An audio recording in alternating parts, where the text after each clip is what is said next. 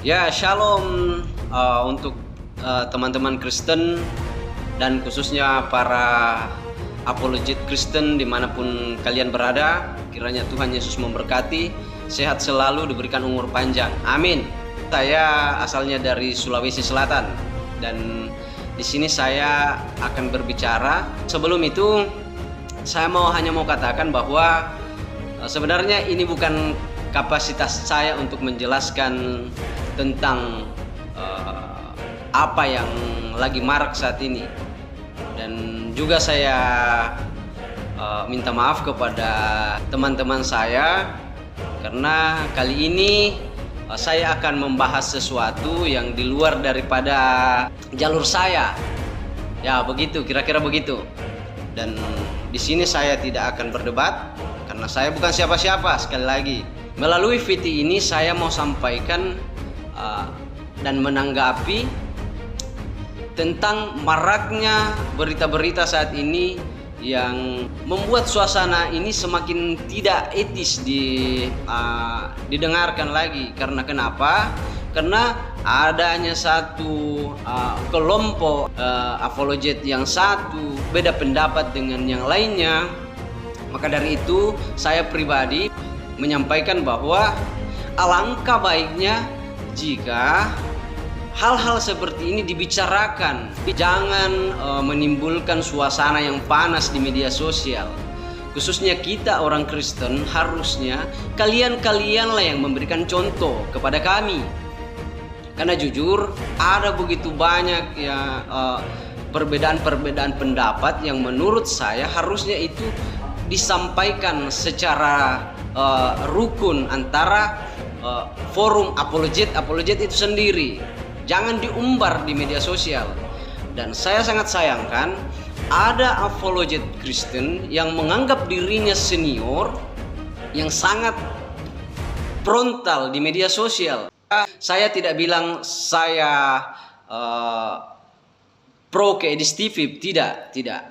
Tetapi jujur saya sebagai jemaat biasa yang belum mengerti pendalaman Alkitab itu sendiri sangat tercerahkan melalui pemberitaan firman Tuhan dari apologet yang betul-betul mengajar, saling tegur, tidak apa-apa.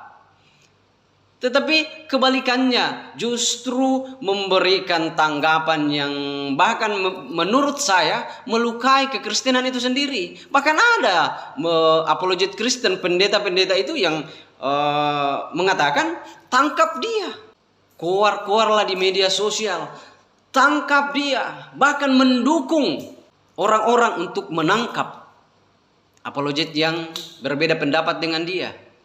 Itu menurut saya sangat fatal sekali. Apakah kalian merasa bahwa kalian melakukan kebenaran, memberitakan firman yang sejati?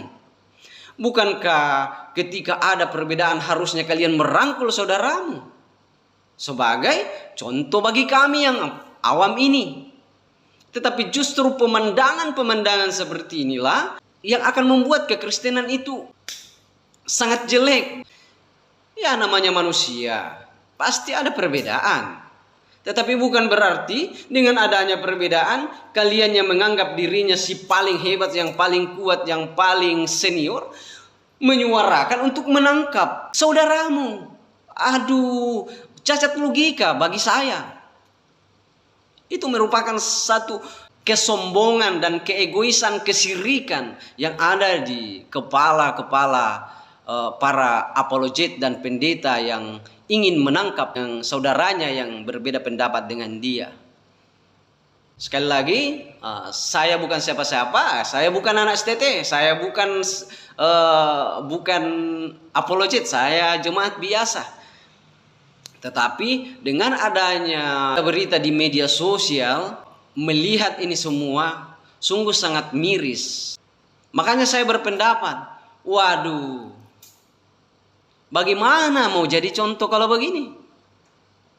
Ini masalah beda penafsiran lah, beda pendapat lah yang harusnya bisa diselesaikan secara cinta kasih, justru meledak-meledak di media sosial. Bahkan rela menyerahkan saudaranya untuk dipenjarakan. Otak kamu di mana? Saya rasa di dalam pemikiran kamu, pemikiran seperti itu, kamu sedang dikuasai sifat Yudas, di mana Yudas ingin menyerahkan sahabatnya atau Tuhannya sendiri. Harapan saya sebagai apologet, pemuka-pemuka agama, harusnya kalianlah yang akan menjadi contoh untuk kami-kami ini. Perbedaan pendapat tidak masalah, itu manusiawi. Sekali lagi, bila mana ada kata-kata yang salah, saya minta maaf dan shalom, selamat malam. Tuhan Yesus memberkati.